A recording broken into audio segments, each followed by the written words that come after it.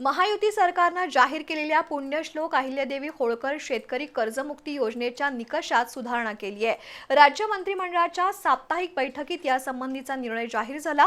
नियमित कर्जफेडीची अट मंत्रिमंडळानं रद्द केली असून नव्या तरतुदीचा लाभ राज्यातील 23 लाख शेतकऱ्यांना होणार आहे। राज्य विधिमंडळाचं पावसाळी अधिवेशन 10 जुलै रोजी संपलं। त्यानंतर मुख्यमंत्री देवेंद्र फडणवीस यांच्या अध्यक्षतेखाली राज्य मंत्रिमंडळाची साप्ताहिक बैठक पार पडली। त्यामध्ये 8 निर्णय घेण्यात आलेत। सध्याच्या पीक कर्ज माफी योजनेतील निकषामध्ये बदल करण्याचं निश्चित झालंय। नियमित कर्जफेडीची अट रद्द करण्यात आली असल्यानं 50,000 रुपये प्रोत्साहनपर अनुदान मिळण्याचा शेतकऱ्यांचा मार्ग मोकळा झालाय।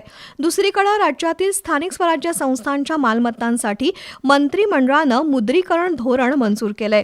त्यातून या संस्थांना उत्पन्नाचे अन्य स्रोत निर्माण करता येणार आहेत। तसंच राज्यात केंद्र शासन पुरस्कृत अर्बन चॅलेंज फंड अभियान राबवण्यात येणार आहे।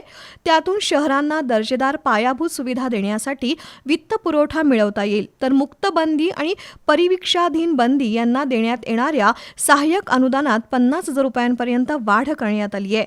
सध्या हे अनुदान 25,000 रुपये दिलं जात आहे। शिवाय बीड जिल्हा क्रीडा संकुलाच्या 24,95,00,000 रुपयांच्या कामांनाही मंत्रिमंडळानं मंजुरी दिली आहे।